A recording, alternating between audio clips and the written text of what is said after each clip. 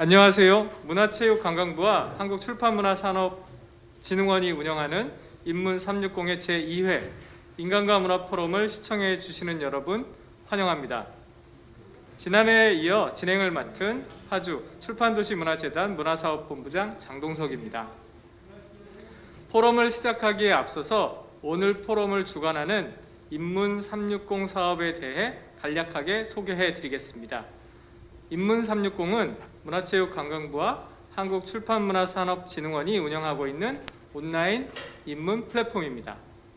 삶과 밀접한 주제를 다양한 관점에서 바라보며 누구나 쉽게 누릴 수 있는 다채로운 인문 콘텐츠를 온라인에 전제하고 있습니다. 문학, 역사, 철학뿐 아니라 영화, 음악, 예술, 여행, 심리, 책까지 다양한 읽을거리와 정보를 만나보실 수 있습니다. 오늘 진행하는 포럼도 추후 홈페이지를 통해 다시 보실 수 있는데요. 포럼의 내용이 좋으셨다면 인문360 홈페이지를 꼭 방문해 주십사 부탁드립니다. 새해가 밝았습니다. 새해 복 많이 받으시라는 인사 한 말 많이 나누셨을 텐데요. 지난 연말부터 우리는 연말 모임이나 해돋이 대신 많은 분들이 집콕을 하고 계시고 있습니다. 그래서 그런지 예년과 달리 해가 바뀌었다는 실감이 안 난다는 분들이 많이 계시는데요. 이처럼 코로나19는 지난 한 해 우리의 일상 많은 부분들을 바꾸었습니다. 특히 코로나19 바이러스의 창궐은 우리가 살고 있는 도시에 커다란 타격을 주었습니다. 인간의 효율과 편리, 나아가 인간의 욕망의 집합체로 만들어진 대도시는 팬데믹의 속수무책이었습니다. 분산이 답이지만 그것에 앞서 현실 인정과 자각이 우선입니다. 지금 세계 시민으로서 우리가 해야 할 일은 석학 자크 아탈리의 표현처럼 지금이라도 우리가 살아가는 방식 또 우리가 소비하는 방식에 대해 진지하게 재고해보는 일입니다. 총 3회에 걸쳐 진행되는 인간과 문화 포럼은 우리가 당면한 새로운 길을 모색하고자 하는 시도로 기획되었습니다.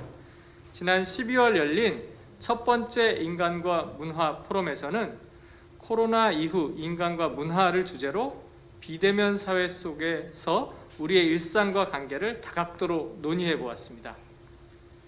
이번 포럼에서는 많은 분들의 관심사이죠. 인간 삶에 있어 가장 큰 이슈 중 하나인 주거와 그것을 품은 도시를 주제로 여러 관점에서 성찰해보는 시간을 준비했습니다. 그럼 본격적으로 제2회 인간과 문화 포럼 코로나19 시대의 주거 그리고 내일의 도시를 시작하겠습니다. 앞으로 약 90분 동안 여러 연사분들의 담론이 펼쳐질 텐데요. 벌써부터 많이 기대가 됩니다. 이번 회차는 코로나19 확산 방지를 위해 현장 관객 없이 온라인으로 생중계되고 있습니다. 인문360 유튜브 생중계로 시청하고 계신 분들은 실시간 채팅창을 통해 오늘 포럼의 주제에 대해 질문하실 수 있습니다. 질의응답 시간에 여러분들의 질문을 연사분들에게 전달하고 그 연사분들이 많은 답을 해주실 겁니다. 많은 참여 부탁드립니다. 그럼 첫 순서로 이번 포럼의 주제 코로나 시대의 주거 그리고 내일의 도시에 대해서 송하엽 중앙대 건축학부 교수께서 파편의 전체, 공간의 변이, 모두를 위한 공감 담론이라는 제목으로 발제 강연을 해주실 예정이고요. 곧바로 이어서 노명우 아주대학교 사회학과 교수님이 코로나 시대의 나와 집, 우리 동네를 주제로 그리고 가온건축 노은주 대표님께서 코로나19 시대의 도시에 대해서 토론을 진행해 주실 예정입니다. 그러면 순서에 따라서 먼저 발제를 담당해 주실 송하엽 중앙대 건축학부 교수님을 앞으로 모시겠습니다.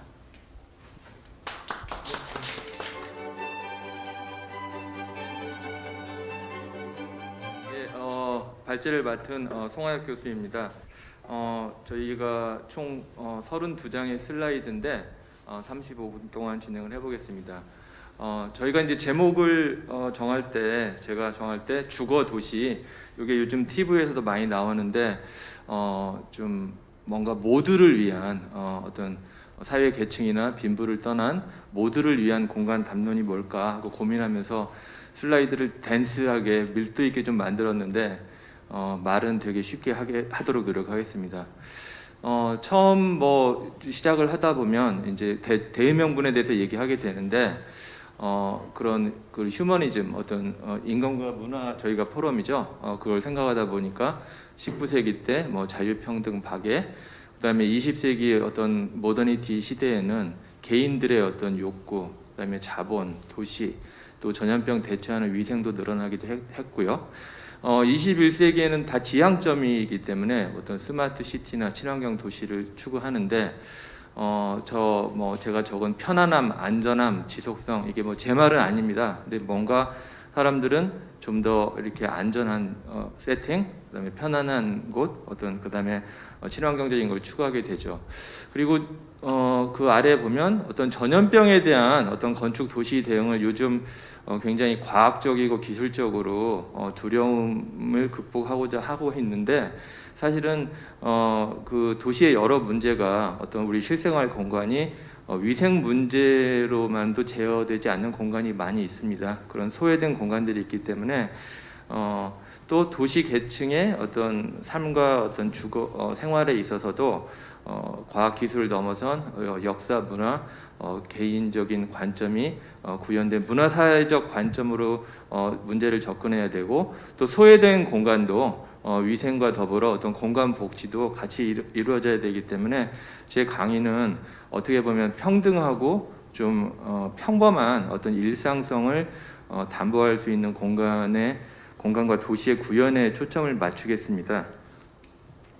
그래서 20세기 초에 어떤 미국이나 유럽에서 대응한 걸 보면 1922년에 미국에서는 포드 공장, 포디즘이라고 하고 테일러리즘이라고도 하는데 이렇게 뭔가 컨베이어 벨트로 그 공장 작업자들을 이렇게 일을 시켰지만 사실 작업자들은 이제 심리적으로 굉장히 불안하고 부품화되는 상황이 있었죠. 그 유명한 그 찰리 채플린 모던 타임스 영화에서도 보면 1936년에 사람의 어떤 부품화의 비판에 대한 얘기가 나오고요.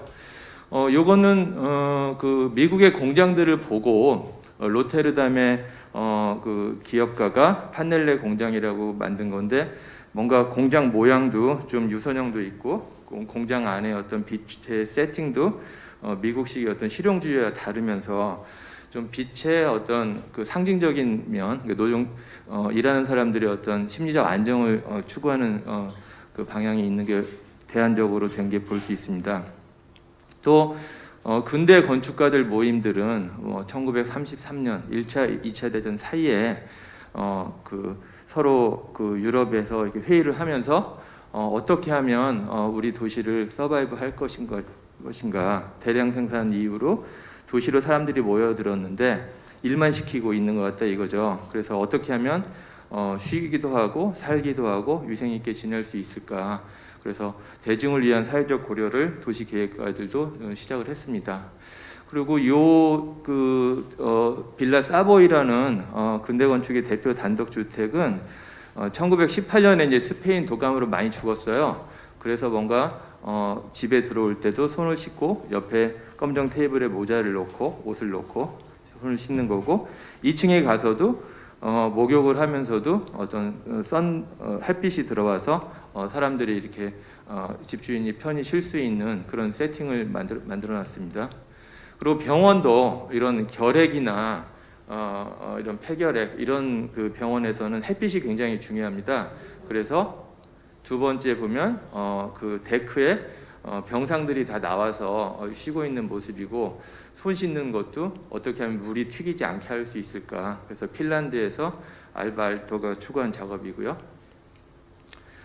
요즘 많이 나오는 학교 이슈인데 저도 이렇게 학교 얘기하면 뭐 할 말은 많은데 그 네덜란드에서 먼저 그 오픈 에어 스쿨이라는 게 시작되었습니다. 그래서 뭔가 답답한 예전 건물 뭐 그 영화 보면 뭐 기숙사 학교 같이 나와있는 답답한 공간에서 공부를 하는 게 아니고 창문을 열자. 그래서 저 맨 오른쪽에 있는 사진 보면 잔 듀이커라는 건축가가 적층이 돼 있는 학교에서도 어떻게 하면 교실들이 테라스를 공유할 수 있을까 그런 구현을 한 거고요. 왼쪽에 있는 투시더 같은 거는 뭔가 실내 학습이 가능하게 한 그 리차드 노이츠라 건축가의 미국에서 구현한 작업인데 저 그림을 제가 되게 좋아하거든요. 그래서 잘 보면 뭔가 실내에 어떤 그 교실들도 있고 실외에 마치 저 나무 밑에 있는 게 그 부처도 보면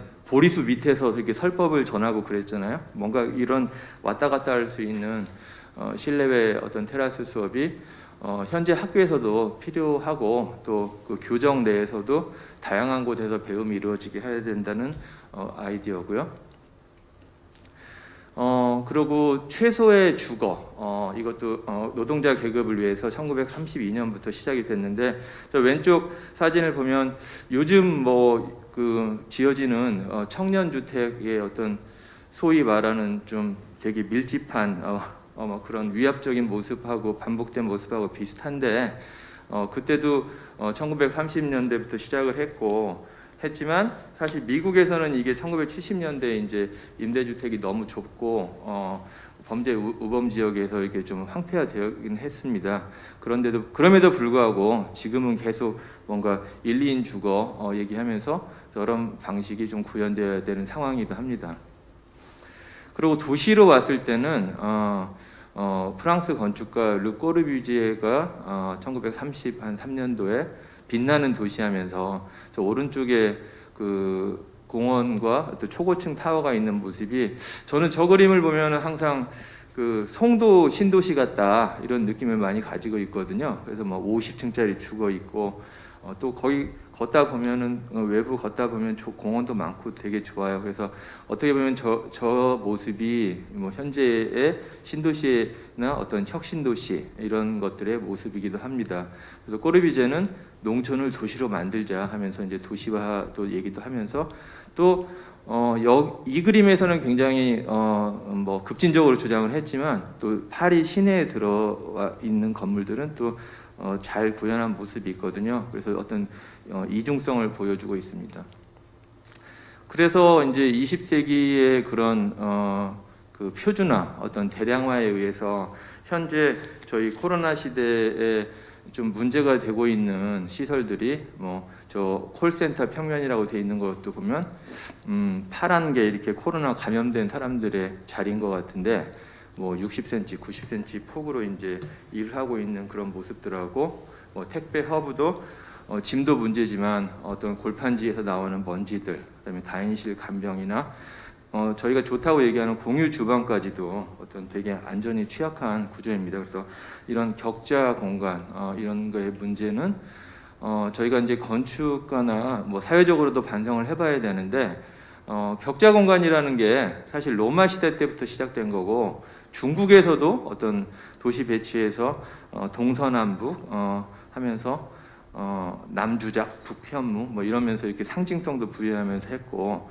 또 인더스트리얼 시티 저희가 코난 영화 보면 인더스트리얼 시티 나오죠. 그런 모습들 또 르꼬르비지에도 초기에도 이제 그 격자 도시를 했고 격자 도시에 대한 비판으로는 유럽 그 고도시 뭐 오스트리아 비엔나나 이태리 독일을 참조하면서 카밀로 지테라는 건축가가 1889년에 이미 비판을 하기 시작을 했습니다. 그래서 이 슬라이드도 지금 거의 책 한 권 분량인데 간단히 이제 말씀드리면 이제 또 다른 유명한 건축가 프랭크 로이드 라이트도 어떤 데모크래틱 플랜 하면서 미국에서 흑인 노예하고 주인이 같이 살 수 있는 오픈된 집을 추구했고 요즘 현대 건축에서의 이슈에는 그러니까 요즘 코로나 시대에 사회적 거리두기 2m 어떤 그 지름을 하면서 반지름인가요? 이렇게 하면서 그 격자가 기하학적으로 변화할 수 있는 걸 생각을 해야 됩니다. 그래서 이 문제에 대해서는 건축가나 도시가들이 개인적으로 어떤 솔루션을 다 만들고 있다고 생각됩니다. 이런 기하학적도 문제지만 어떤 냄새나 쓰레기 이것도 문제죠. 그래서 왼쪽 사진은 굉장히 유명한 사진인데 그 모로코의 페즈의 그 가죽 피혁 공장인데 사진은 엄청 멋있어요. 멋있는데 가보면은 냄새가 코를 찔러가지고 거기서 이렇게 솔나무 같은 거 하나 주거든요. 이거 가지고 안 가지고 다니면 너희 쓰러질 수 있다 하면서. 근데 오른쪽에 이제 그건 현대의 어떤 피혁 공장의 모습인데 최근에도 이제 피혁 공장에도 코로나가 많이 퍼지고 그렇기 때문에 이런 기하학적인 환경과 위생 환경 다 이게 문제죠. 그래서 결론이라기보다 문제점인데 저희는 이제 어떤 공간을 도시를 만들어야 되나. 그래서 태고 이래 정주 방식을 보면 예전에는 물 근처에 살고 물 근처에서 발달하니까 길을 만들고 도시화가 되고 도시가 너무 황폐화가 되니까 다시 재자연화를 공원이나 산 어떤 물들을 다시 만들고 그런 상황인데 그렇기 때문에 뭐 저희 한강만 보더라도 한강이 물인데 88 도로나 강변도로 막혀 있죠. 그런 인프라와 그 주변의 건축 자연이 접합되는 방식으로 가야 된다 생각을 하고요. 지금 현재 뭐 사회적 거리도 원하고 있지만 사람들은 보다 어떤 소비나 어떤 투어리스트적으로 살기보다는 어떤 감정적 정립이나 어떤 개인적 내면 숙성 이렇게 좀 많이 가는 것 같고 경제적으로는 코로나 이후에 소득 격차가 더 벌어져서 더 힘들어지고 문화적으로는 즐기기 어렵고 정치적으로도 어떤 이런 그 위생 안전이 두려움이 어떤 선전의 도구가 되고 우리 뭐 광장에서의 어떤 민의가 발현되는 것도 좀 사실 힘들어진 상황이죠. 그래서 코로나 이후에 어떤 삶의 변화는 지금 저희가 사는 걸 봐도 어떤 투어를 하거나 여행이 아니고 어떤 이런 소비보다 적립으로 되는 것을 볼 수 있고요. 일도 어떤 거점 오피스, 재택근무 이런 공간도 본사 공간도 개방을 하는 경우가 생기고 결국은 도시화의 요구가 좀 줄어들기도 합니다. 반면에 어떤 도시를 굉장히 집적하자는 제안도 나오고 있어서 모순점을 보여주고 있고요. 저희 대부분의 생활은 어떤 좀 저녁이 있어지고 발코니도 영역화되고 다세대 주택에서는 어떤 골목길에서의 어떤 이렇게 돌아다니는 것도 좀 늘어나고 그래서 집과 어떤 도시에서의 생활이 어떤 형평성을 좀 찾아야 되는 게 이슈고요. 그래서 요즘 유명 건축가 램 프라우스는 오히려 백투 놀말로 가자. 그 다음에 전시도 컨트리사이드 이렇게 얘기를 하면서 그런 변화를 주장하고 있습니다. 그래서 제가 좀 현재 생활에서 좀 제한을 될 수 있는 부분을 좀 해드리면 뭔가 이렇게 청년 주택에서도 개인이 혼자 이렇게 살고 그러는데 창 밖이 이렇게 뭐 좋은 그림처럼 좋을 수는 없겠지만 뭔가 내부 공간으로부터 깊이 있는 외부를 만들어 간다는 생각으로 본인의 환경을 재구성할 수 있고 뭐 거울이나 뭐 화분이나 여러 가지를 이용해서 어떤 그 레이어드 룩을 만들 수 있습니다. 그 다음에 어떤 DIY 발코니인데 요거는 남미의 어떤 칠레 케이스인데 거기서는 집이 완공되지 않은 상태로 많이 있지만 저렇게 기본 구조, 집의 기본 구조의 사회주택, 방과 거실, 어떤 주방, 화장실이 있고 발코니는 꾸밀 수 있는 어떤 기회도 줄 수 있고요. 오른쪽에 보면 놀이터도 보면 이렇게 아이들이 혼자 슬라이딩을 한 두세 명이 하면서 자유롭게 펼쳐지는 풍경을 볼 수 있습니다. 그리고 이것도 어떤 수평 어떤 랜드마크의 케이스인데 정선의 폐광 지역에 어떤 일본의 어떤 마을 호텔 케이스를 모방하여서 주민들이 건물도 사들이고 또 청년 작가 사진 작가도 내려가고 이러면서 집이면서 가게가 되면서 또 호텔이 되고 또 골목길에서 저렇게 밤에 회의하면서 어떻게 우리 마을 호텔을 운영할까 이런 공동체적인 노력도 있습니다. 또 어떤 실외 생활이 저희가 요즘 매스컴에서도 역세권 500m 얘기가 자꾸 나오는데 500m가 결국은 10분 동네입니다. 10분 동네에서 집과 밖의 소통이 이루어지기 위해서는 생활 SOC들이 요즘 뭐 코로나기 때문에 커피숍도 닫고 그래서 공적 공간이 많이 줄어들었는데 여기도 사실 힘들기도 하지만 코로나 이후의 생활에서는 저런 생활 SOC 거점 시설들이 더 많아져야 된다고 봅니다. 이것도 도시 공원 얘기는 많이 나오죠. 그래서 뭐 선형공원, 또 보행 둘레길 이렇게 많이 나오는데 오른쪽 케이스는 인천에 있는 중앙근린공원인데 인천 구도시도 굉장히 제조업들이 떠나가서 좀 황폐화되고 있는데 중앙근린공원이 다시 또 만들어지고 또 입체 보행로도 만들어지는 상황을 볼 수 있고요.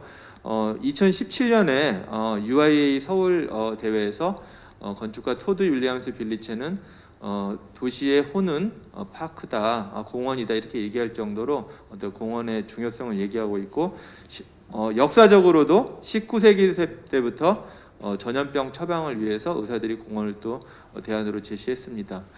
이거는 지자체에 제가 제안을 한 케이스인데요. 스마트 에코 어떤 공공 건물들인데 어떤 에코 녹색 공간이 많이 들어가는 공공 건물들, 환기도 자연 대유형으로 지하에서 지층에서 될 수도 있고 주변 건물에 어떤 녹화를 제공할 수 있는 어떤 씨앗으로서 공공 건물부터 녹화를 시작해 가자 이런 제안입니다.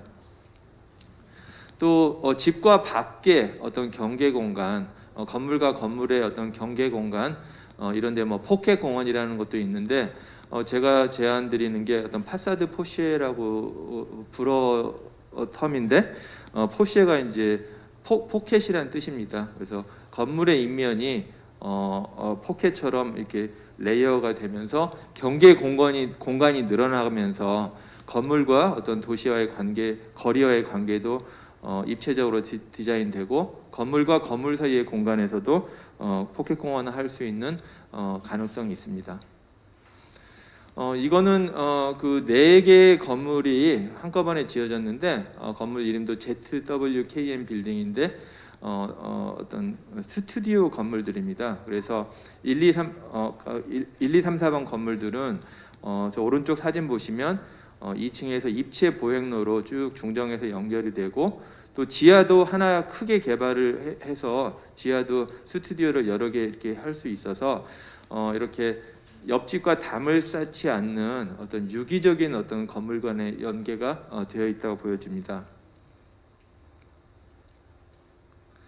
그리고 또 중요한 게 하나가 어떤 그런 소외받는 계층들이 또 많이 거주하는 데가 다세대 주택군인데 다세대 주택군에서는 주차와 쓰레기 이런 게 문제죠. 그래서 항상 뭐 일요일 말고도 평일에 가봐도 쓰레기가 많은 상황인데 그 다세대 주택군에서 인접 공원에 대한 어떤 접근들, 입체 보행로 진입이나 아니면은 차선의 어떤 축소를 통해서 한쪽 보행길을 넓혀서 그런 거리가 보행 거리가 어떤 주민들이 나와서 어떤 공유적인 생활을 할 수 있는 것을 제한할 수 있고요.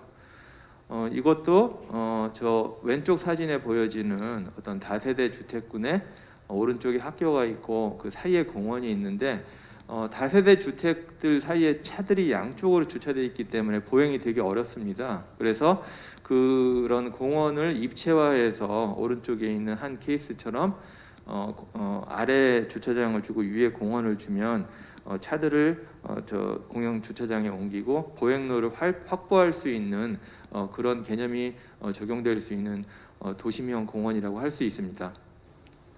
그리고 이것도 아파트 주거는 왼쪽은 제가 작업한 건데 상계 5단지 같은 경우는 임대주택이었는데 다시 이제 리뉴얼을 하게 됩니다. 그래서 단지의 보행 통로를 만들고 저층부를 공공 보행 통행할 수 있고 오른쪽은 뭐 지금 어떤 부의 상징 뭐 오래됐지만 압구정의 어떤 지구 단위 계획 2016년에 공시가 된 아직 공람은 안 돼 있지만 저걸 보면 한강 쪽 지금 저희가 압구정 현대 아파트를 보면 이렇게 그 강가의 어떤 그 주요 경관들을 넓게 아파트가 다 막고 있거든요.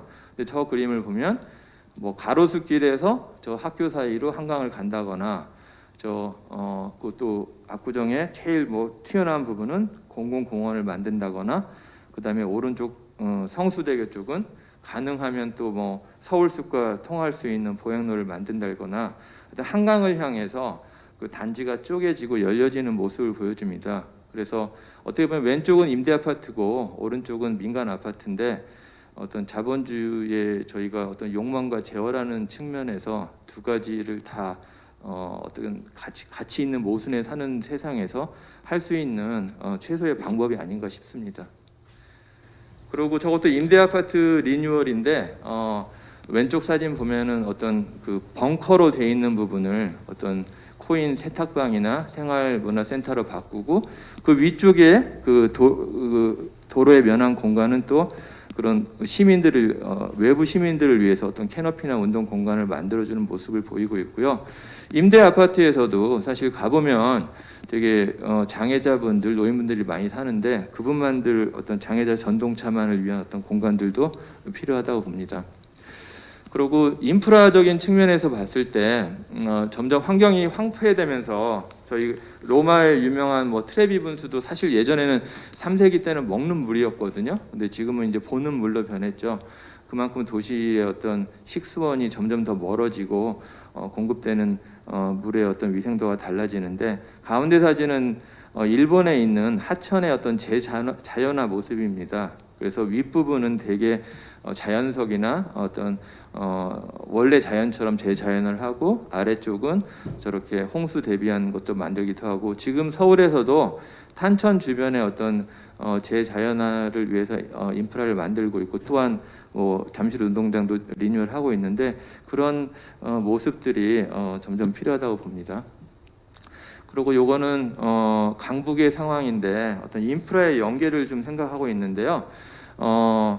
그 국립현대미술관 경복궁 옆에 있는 그 현대미술관이 있고 그 안에 공간들이 많이 있습니다. 그리고 오른쪽에 밑에는 인사동에서 올라오는 길에 서울공예박물관이 학교를 바꿔서 지어지고 있는데 오른쪽 사진 보시면 운동장도 넓고 그 앞에 이제 송현동 공원 땅도 보입니다. 그래서 마침 그 송현동도 공원화하려는 움직임이 보이기 때문에 저렇게 뮤지엄 인프라나 어떤 공공기관의 인프라가 공원과 연결되면서 보행 연계를 통한 지역 공원화가 되는 모습들이 앞으로 어떤 도시의 모습이어야 되고요.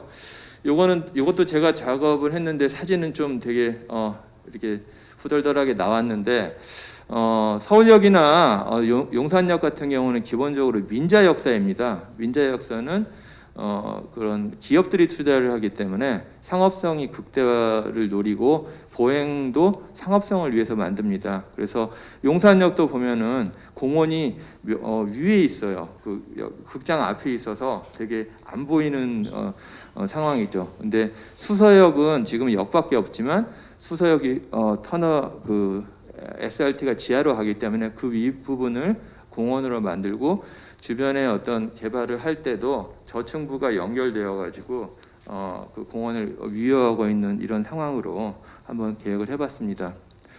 또 제가 전체적으로 강의를 막 했는데 기본적으로 제가 하고 싶은 얘기는 포스트 코로나 공간의 그 주거와 도시를 요즘 매스컴에서도 관심이 많고 뭐 젊은 세대들도 관심이 많은데 솔직히 말씀드리면 집은 그 자동차나 냉장고가 아니어서 쉽게 이렇게 바꿀 수가 없으니 특히 도시는 더 그렇습니다.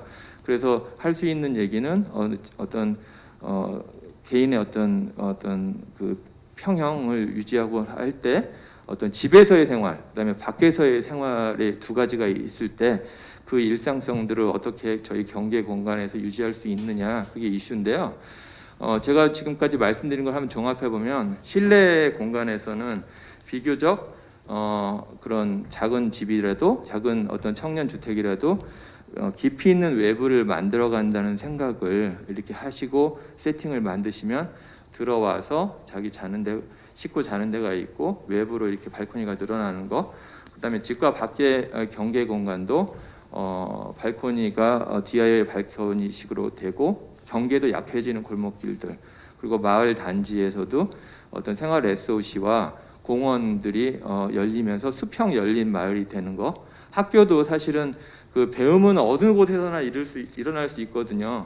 뭐 옥상에서도 일어날 수 있고요. 그 부처도 뭐 보리수 밑에서 설법을 하고 예수도 보면은 거의 뭐 그늘 밑에서 했죠. 그늘만 있으면 어느 정도 다 되거든요. 그런 학교의 어떤 열린 교정 내에서 열린 공간, 그다음에 생산 업무도 업무자의 어떤 정신적인 만족을 이끌어야 된다.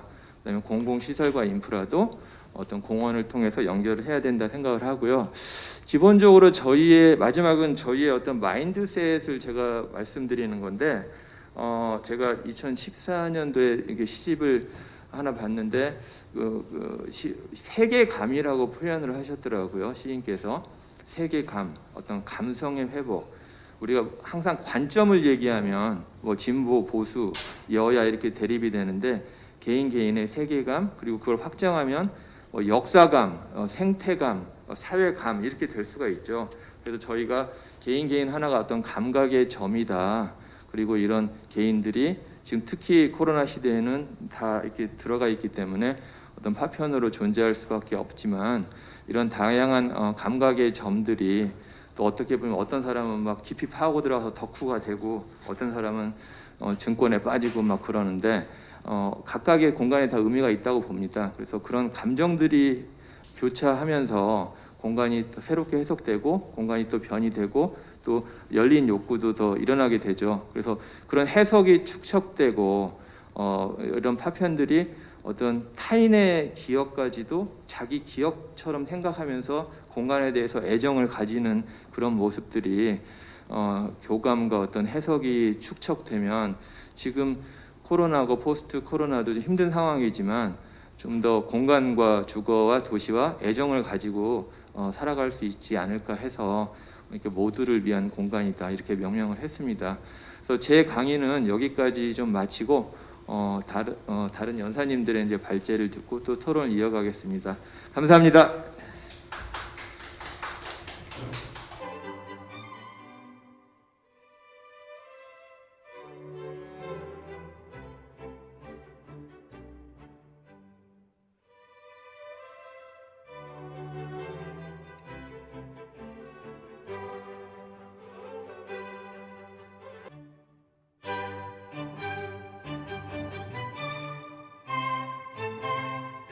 예, 계속해서 이제 토론을 이어가도록 할 텐데요.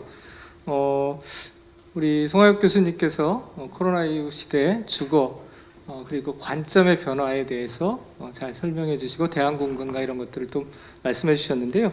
이제 두 분 선생님께 토론 청해 듣도록 하겠습니다. 먼저 아주대학교 사회학과 노명우 교수님께서 코로나19 시대의 나와 집, 우리 동네를 주제로 토론해 주시겠습니다. 네, 소개받은 노명우입니다. 송하엽 교수님 말씀 잘 들었습니다. 그러니까 저는 송하엽 교수님 말씀해 주신 거에 덧붙여서 저는 사회학자이다 보니까 사회학에서는 물론 건물, 공간의 문제도 중요합니다만 그곳에 살고 있는 사람들에 더 집중을 해서 봅니다. 그리고 미래라고 하는 문제를 사회학적으로 바라본다고 하면 현재 우리가 나타나고 있는 여러 가지 문제점과 현재의 상황을 어떻게 대처하는가에 따라서 미래라는 것이 결정이 되지, 미래를 현재를 무시하고 마치 백지 위에서 청사진처럼 그릴 수 있는 것은 아니지 않겠는가. 이게 이제 사회학에서 기본적으로 미래를 생각하는 관점이기도 하고, 이제 그런 바탕 위에서 제가 가지고 있는 어떤 경험적 측면에서 말씀을 드려볼까 합니다. 지금 이제 우리가 코로나19 시대를 겪고 있고, 우리가 생각했던 것보다 내지는 기대했던 것보다 굉장히 길어지고 있습니다.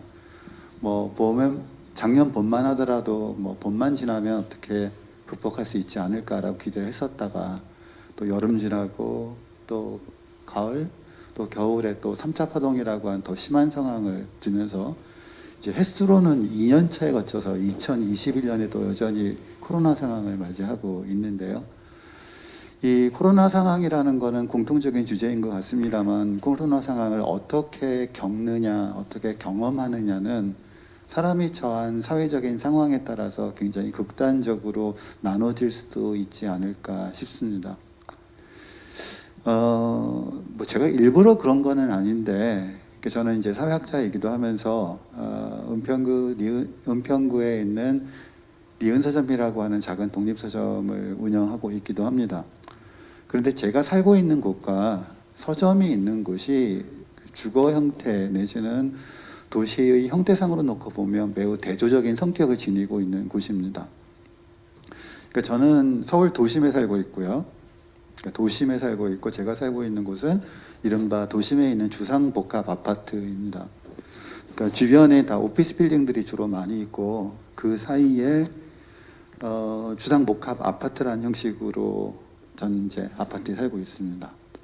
근데 제가 주거지에서 바라보는 내지는 주거지에서 겪는 코로나 상황과 제가 서점에서 관찰하는 서점에서 경험하는 코로나 상황은 매우 대조적입니다.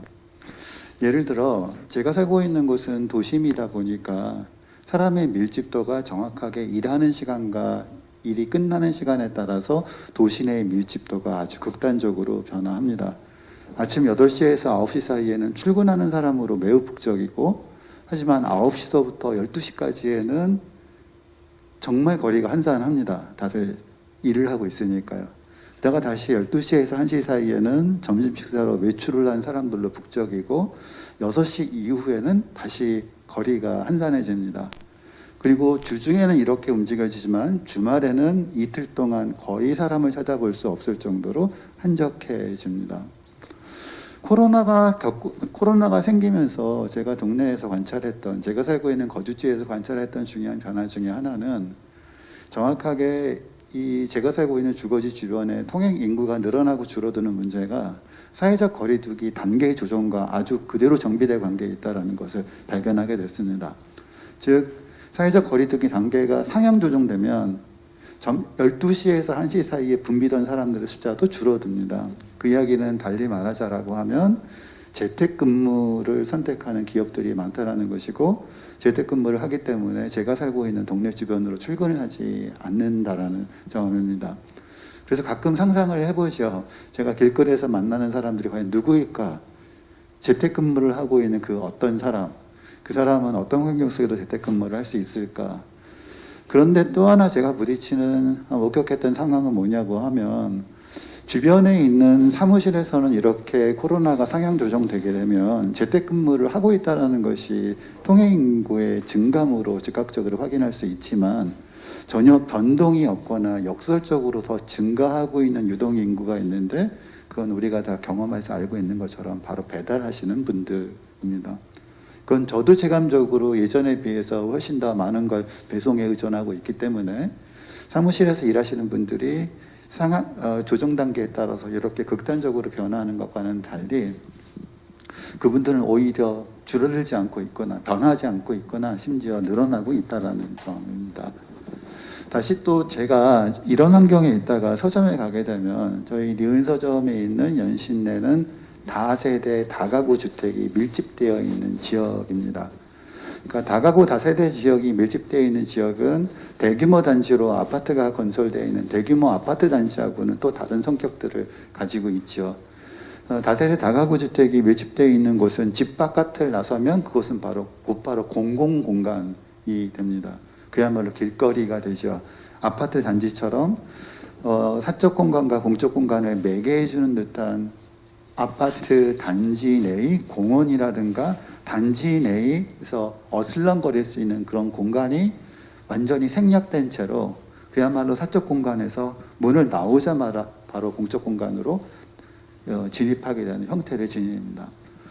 그런데 제가 살고 있는 집에서는 코로나 단계가 상향 조정되는 것 때문에 따라서 출근하는 사람들이 줄어들고 늘어드는 것을 확연하게 체감할 수 있었다고 한다면, 제가 서점에서 이렇게 창밖을 내다보면 서점 골목길에서는 그런 변화가 눈에 보이지 않습니다. 또 왜 그럴까? 여러 가지 가능성들이 있습니다. 아까 말씀드렸던 것처럼 다세대 다가구라고 하는 주거 환경이 가지고 있는 어쩔 수 없는 특성 때문에 외출을 할 수밖에 없는 상황이 생겨날 수도 있고, 그리고 그 골목길을 구성하고 있는 주로 업종들은 다 생활 기반형 업종들입니다. 가장 많은 가게가 음식점이고 그 다음에 부동산이고, 그러니까 아무리 코로나고 어떤 더 위험한 재난이 있다고 하더라도 사람들이 기본적으로 수행할 수밖에 없는 아주 생활과 밀접한 시설들이 그 골목길에 있습니다. 그런데 코로나가 깊어지면서 제가 발견했던 현상 중에 하나는 약간 사람들이 길거리를 부유하고 있다는 느낌, 떠돈다는 느낌들을 많이 받았습니다. 왜 그럴까?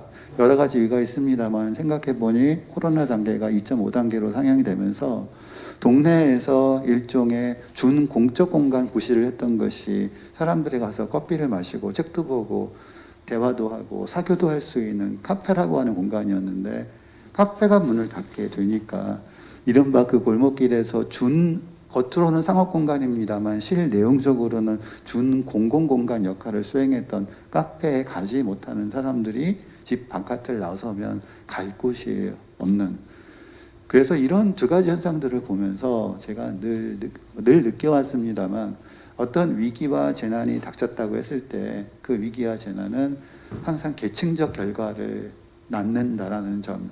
그러니까 코로나19를 2020년에 이어 2021년에도 겪고 있습니다만, 지금 우리가 겪고 있는 코로나 현상은 그 사람이 주거 환경이 어떠한지, 그 사람이 살고 있는 주거 형태가 어떠한지, 어떤 동네인지, 또 어떤 형태를 가지고 있는 것인지에 따라서 체감하고 실제로 느끼고 있고 견뎌내야 되는 상황들은 굉장히 다를 수도 있다라는 점. 역시 도시는 역시나 계층적일 수밖에 없다.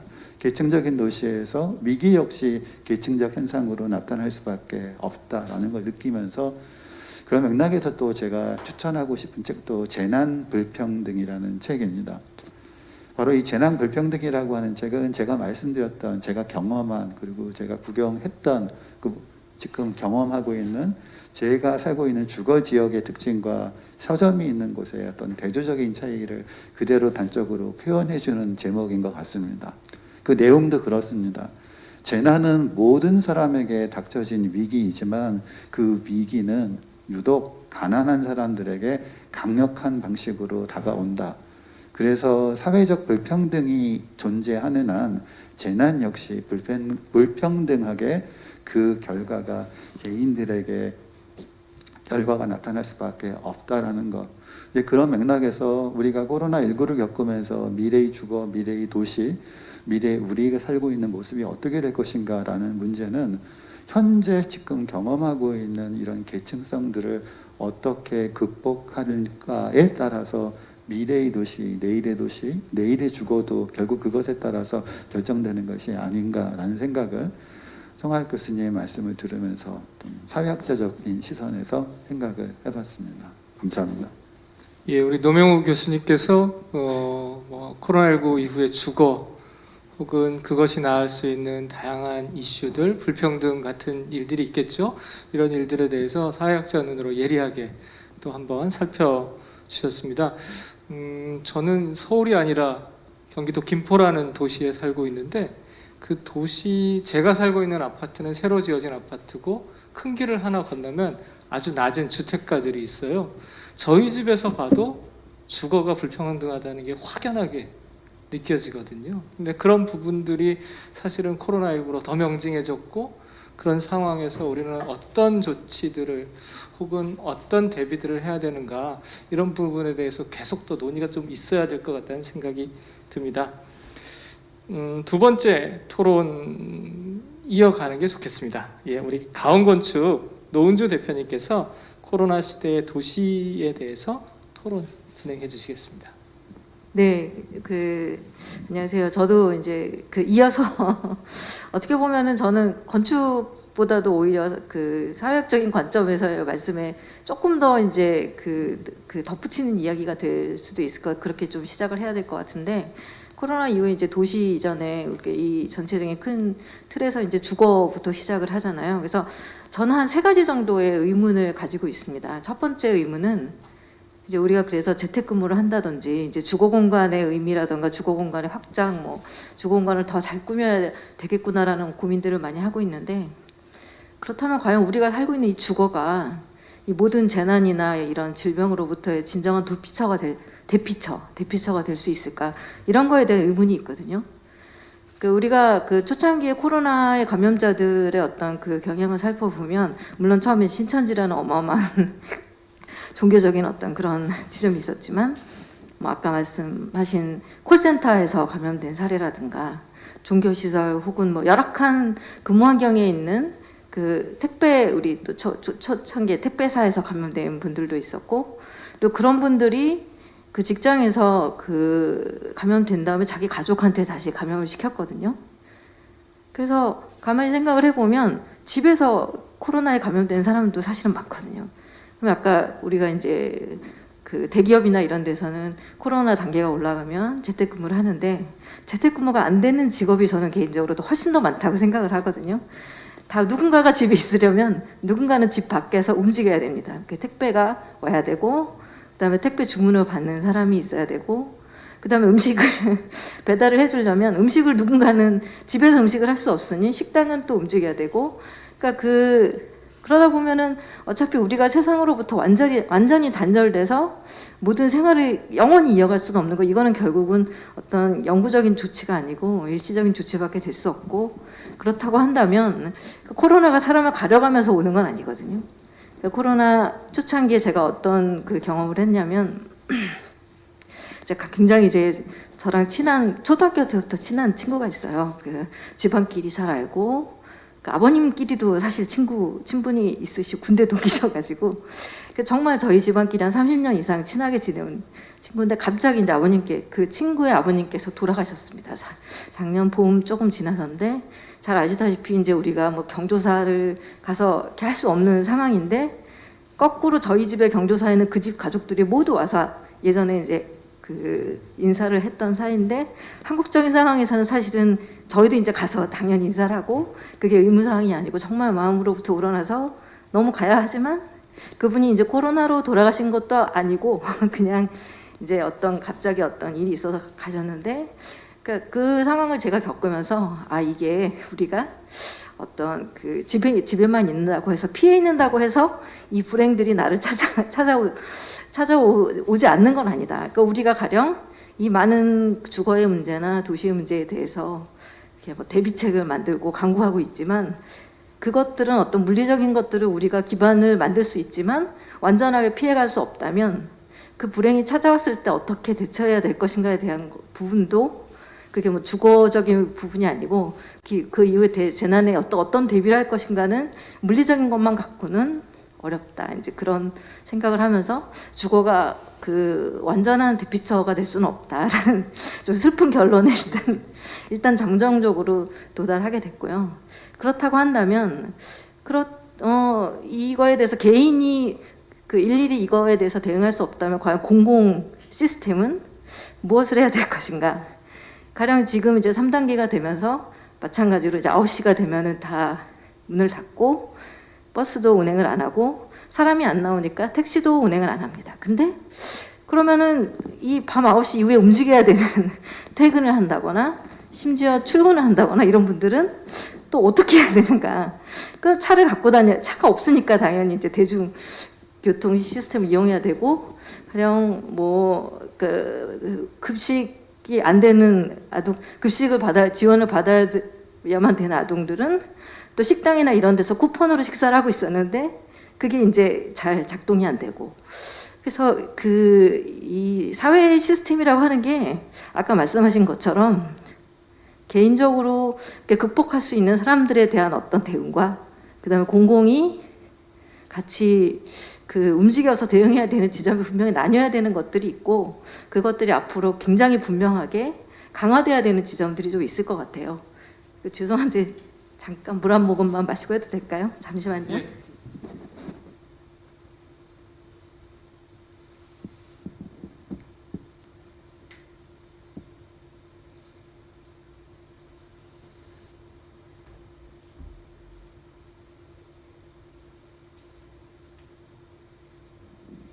마스크를 이렇게 쓰고 얘기하는 게 이렇게 익숙하지가 않아가지고 얘기하다 보니까 조금 숨이 차가지고 죄송합니다. 그래서 이제 공공 시스템에 대한 얘기를 하고 있었는데, 그래서 저는 공공 시스템이 지금 이제 뭐 주거에 대한 부분도 항상 우리는 도시적인 관점에서 건축이나 이런 것들을 대응할 때 수치적으로 얘기하는 경우가 굉장히 많아요. 옛날에 주거가 부족하다 그럴 때는 100만 호 건설, 그다음에 재개발을 해야 된다 그러면 30만 호가 부족하네. 항상 숫자도 이번에도 50만 호 이런 얘기가 나왔는데, 가령 이제 그 숫자가 중요한 게 아니고 예를 들어서 앞으로 정책에서 뭔가를 주거를 30만 호를 짓기로 했다면 이 30만 호는 도대체 어디에 누구를 위한 어떤 30만 호인가에 대한 그런 디테일하고 섬세하고 구체적이고, 그다음에 굉장히 좀 이런 걸 만드는 것 자체가 중요하다가 아니라 어떤 그 관점들을 생각을 하면서 만들었다에 대한 그 다양한 어떤 그런 것 기준들이 좀 적용이 돼서 거기 들어가는 사람들이 이제 정말 그런 게 생겼구나에만 이렇게 초점이 맞춰지는 것이 아니라 거기를 내가 선택적으로 들어갈 수가 있고 선택적으로 체험할 수가 있고 이런 거에 대한 것들이 적용이 돼야 되거든요. 그러니까 아까 예를 들어서 뭐 9시까지 다 문을 닫아야 되지만 어떤 사람들에 대해서는 쓸 수 있게 해준다. 가령 9시에 다 운행을 중지해야 되지만 어떤 구역에 한해서는 가령 대강 사실 통계가 있을 거예요. 가령 이제 저소득층이라든지 반드시 이제 그 일을 해야 되는 이번에 코로나가 터지고 나서 오히려 공장에 계신 분들이나 좀 반드시 이제 그 일을 뭐 3교대로 돌아가야 되는 그런 회사들에서는 정말 굉장히 감염이 안 되기 위해서 조심했다고 하거든요. 그래서 우리가 오히려 아마도 저기에서는 감염이 많이 일어날 것이다. 너무 환경이 열악하기 때문에. 근데 그랬던 곳에서는 오히려 감염 사태가 별로 벌어지지 않았다. 왜냐하면 그분들이 너무나 조심을 했기 때문에 그런 얘기들이 많이 있습니다. 그래서 반드시 생계를 이어가야 되고 환경이 갖춰져야 되고 사회 시스템이 작동해야 되는 데는 무조건 뭐 어떤 재택이 필요하다든지 중지하라 이런 명령보다는 선택적인 어떤 그런 것들에 대한 정책들이 좀 마련돼야 되지 않을까 그런 생각을 하게 되고요. 그래서 도시는 그러면 앞으로 어떻게 가야 될까? 그러니까 도시가 앞으로 확장될 것이냐 축소될 것이냐에 대한 고민들은 좀 예전부터 많이 있어 왔죠. 우리가 불과 한 1년 전만 해도 뭐 글로벌화를 걱정하고 메가시티들이 자꾸만 생겨나고 모든 것이 마치 진공청소기가 빨아들이듯이 모든 로컬에 있는 분들이 서울로 향하고 혹은 뭐 대도시로 향하고 그 우리나라만의 문제는 아니거든요. 그래서 그런 것들을 고민하다 갑자기 이제 코로나가 생기면서 그렇다면 사람들이 이제 도시를 탈출해야 되는가? 뭐 이제 그러면 기존에 있던 도시는 어떻게 되는가에 대한 고민들 하는데 아까 그 송하엽 교수님께서도 말씀하신 것처럼 하루아침에 갑자기 다 여기 있는 걸 버리고 나갈 수도 없고 도시에 있는 환경들이 순식간에 그거에 맞춰서 대응을 할 수도 없는 그런 부분들이 있습니다. 그래서 이거에 대한 것도 마찬가지로 그러니까 개인이 어떤 자본이 그러니까 해결할 수 있는 지점들이 있어요. 가령 뭐 조금 더 좋은 주거 환경을 가진 집들이 나와서 그거를 구하고 선택적으로 갈 수 있는 사람들은 당연히 갈 수가 있겠죠. 뭐 좀 더 위생이 좋은 집 혹은 그러니까 도시적으로 봤을 때 가령 그 다가구가 많은 지역들에는 어떤 그 센터가 세워져서 도입부에 좀 더 사람들이 퇴근하거나 출근하거나 하는 길에 위생적인 것들, 환경을 조금 더 체크할 수 있는 그런 시설들이 생겨날 수도 있을 것이고 그 지역의 거점 센터 같은 그런 것들이 생겨날 수도 있을 텐데 그것들은 절대 이제 개인이 그냥 하루아침에 할 수 있는 부분들은 아닐 것 같고요.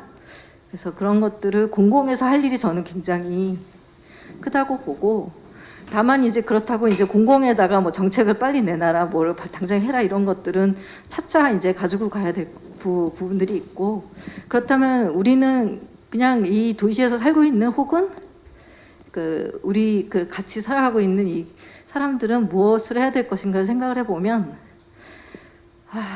그런 게 있을 것 같아요. 그러니까 내가 그냥 정말 이 모든 상황에서 피해서 골방에 들어가서 나 혼자서 어떤 비대면으로 모든 것들을 지금 충분히 사실 우리가 뭐 2주 격리 몇 주 격리 하라고 해도 살아갈 수 있다는 거를 지금 특히 이제 한국에 있는 사람들은 알게 됐는데 그렇게 영원히 살아갈 수는 없거든요. 우리는 결국은 문을 열고 나가서 어떤 누군가와 만나야 하고 어디론가 가야 하고 밖에서 이제 어떤 환경을 이렇게 갖춰야 되는데 그런 것들을 어떻게 할 수 있냐면 결국은 누군가 어떤 커뮤니티가 존재해야 된다는 거죠. 옛날에는 우리가 거주의 조건을 가질 때 한 3가지 정도의 기준이 있습니다. 그러니까 가령 가족하고 같이 살 것인가, 가족으로부터 독립할 것인가에 따라서 이제 거주의 주거에 대한 기준이 달라지고 그다음에 아니면 직장을 어디를 가지냐에 따라서 그런 부분들이 달라지고 마지막으로 교육에 대한 부분이 있었죠. 그래서 교육을 어떤 환경으로 가져갈 거냐에 따라서 내 거주 조건이나 그런 것들이 달라졌는데 그런 것들 외에 이제 마지막으로 이제 코로나 이후의 시대에 있어서는 내가 그래서 결국은 누구와 살아갈 것인가에 대한 그 부분들이 남을 것 같아요. 그래서 제가 추천하는 책은 이상하게 제가 코로나 이 강연을 하면서 많이 공연을 했는데, 그 강연을 했는데 이 마스크를 쓰고 하려니까 좀 숨이 차는지 30분 어떻게 하셨어요? 예, 그러면 한 책은 10분? 예, 책은 잠시 후에 잠시 후에 소개해 주셔도 돼요. 소개를 하는 걸로 하겠습니다. 예. 네. 예, 감사합니다. 여기 아까 노은주 대표님께서 잠깐 물 드실 때 여러 다양한 사회적 이슈들을 말씀하셔서 그래서 댓글이 울컥하시는 줄 알았다, 우시는 줄 알았다, 뭐 이런 댓글들이 있었는데요. 예, 그런 거라고 이해 해주시고요. 예, 울컥으로 하겠습니다. 어쨌든 건축의 문제, 도시의 문제이면서도 그 도시의 문제와 얽힌 다양한 이슈들이 사실은 코로나 전국에서 드러나고 있습니다. 그렇다고 이것을 아까 송 교수님께서 말씀하신 것처럼 이걸 문제이니까 이거 하루아침에 바꿀 수 있다, 이렇게 또 할 수 없는 것도 엄연한 현실인 것 같습니다. 그런 점을 우리 노은주 대표님께서 잘 정리해 주시고 또 울컥하시면서 지적해 주셨는데요. 그런 부분들에 대해서 우리가 좀 더 면밀하게 생각을 나누는 시간들을 좀 갖도록 하겠습니다. 먼저 송 교수님께서 두 분 우리 노 교수님, 노 대표님 그 토론 들으시고 어떤 예. 생각이 있으셨을 것 같아요? 이야기를 예, 먼저 좀 나누죠. 예. 저희가 그때 사회자 선생님 안 계실 때 줌 미팅을 한번 했거든요. 그래서 제가 뭐 약간 오늘 같은 PT를 좀 줄여가지고 이게 어디로 갈까 하고 한번 보여드렸어요. 한번 보여드렸는데 지금 저희 이렇게 매스컴에서 이런 굉장히 이렇게 오히려 또 수치적으로도 그렇고 매스컴에서 나오는 대응들이 이렇게 노 교수님께서 정리를 잘 해주셨는데 어떻게 보면은 중산층을 위한 어떤 위생과 전염병 예방 그쪽에 너무 초점이 맞춰졌다. 또 노은주 선생님께서도 뭐 예전 스토리를 얘기하시면서 예전에 좀 힘들게 사실 때 택시를 타고 아이들을 저기 놀이터에 20분 가서 놀고 자기 동네로 다시 돌아왔다, 뭐 그런 얘기를 해주시면서 이게 전염병 대응 뭐 저희가 그런 얘기를 하고 있지만 어떻게 보면은 공감복지라는 개념, 공감복지 요게 현실 생활에서 더 우선이 돼야 된다, 이런 생각을 하게 되면서 제 PT에서도 이렇게 좀 예전에 건축가들이 어떤 사회적 책임을 가지고 임했나, 근대 건축에서 어떻게 임했고 지금 뭐 TV나 매스컴에서 여러 가지 뭐 제안들이 많이 나오고 있습니다. 많이 나오고 있는데 어찌 보면은 이제 그분들이 너무 그 미래에 대한 어떤 그 장밋빛 환상을 또 불러 일으키는 게 아닌가 하는 생각이 들어서 굉장히 현실 직시를 하자 이런 생각을 했거든요. 그런 와중에 이제 저희가 좀 건축 세션이니까 그런 그 세계적 건축가들의 대응을 봤더니 예전에는 굉장히 커팅 엣지에서 기술을 주장하고 이런 분들이 오히려 지금은 뭐 백투 놀말도 얘기하고 그다음에 컨트리사이드도 얘기하고 아까 얘기했던 도시의 혼은 공원이다, 이렇게 얘기는 하는 걸 보면서 두 분 얘기하신 게 이게 되게 도움이 많이 됐습니다. 이번에 준비하는데. 그래서 어떻게 보면 지금 저희 1년 전부터 한 10개월 전부터 계속 코로나 대응 얘기가 나왔는데 지금은 굉장히 이렇게 좀 현실 직시하면서 앞으로의 어떤 아까 장 선생님께서 관점의 변화라고 말씀 주셨는데 그런 사회 문제를 이런 대하는 관점도 저희가 좀 뭔가 타인에 대한 배려를 시작하면서 같이 진행돼야 된다. 그래서 오늘 저는 굉장히 든든합니다. 옆에서 너무 잘 얘기를 해주셔서. 예, 감사합니다.